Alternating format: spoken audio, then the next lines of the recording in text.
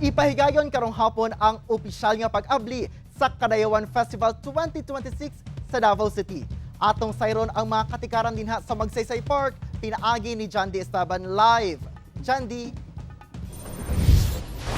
Yes, Jill, ka na inyong madungog nga musika, makaapil yung sayaw din hino. Mga kapuso, kini inyo makita ang performance sa Obo Manovo Tribe. Gani, Jill, no? Pahapyaw pa lang na ang inyong makita karon sa inyong mga screen nga pasundayag sa tribong Obo Manovo karong hapon dinhi sa Magsaysay Park. Kay Argel, karon ang formal nga pag-abli sa Kadayawan Festival 2026. Dunay giandam nga mga programa ug mga pasundayag nga gani mabulokon og puno sa kultura ang imuha mabati dinhi gumikan anapo dinhi sa ang Kadayawan Cultural Village. Dinhi makita ang Unsettled House sa onsa ka ethno-linguistic group sa syudad nga nagrepresentar sa talagsaong kultura ug tradisyon sa matag tribo.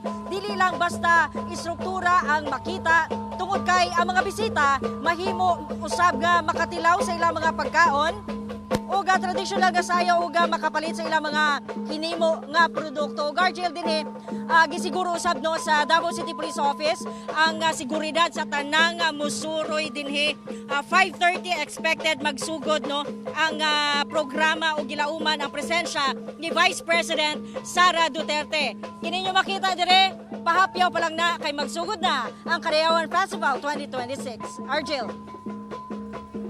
Daghang salamat, Jandy Estaban, ug Happy Kadayawan Festival sa tumang kapusong Dabawenyo.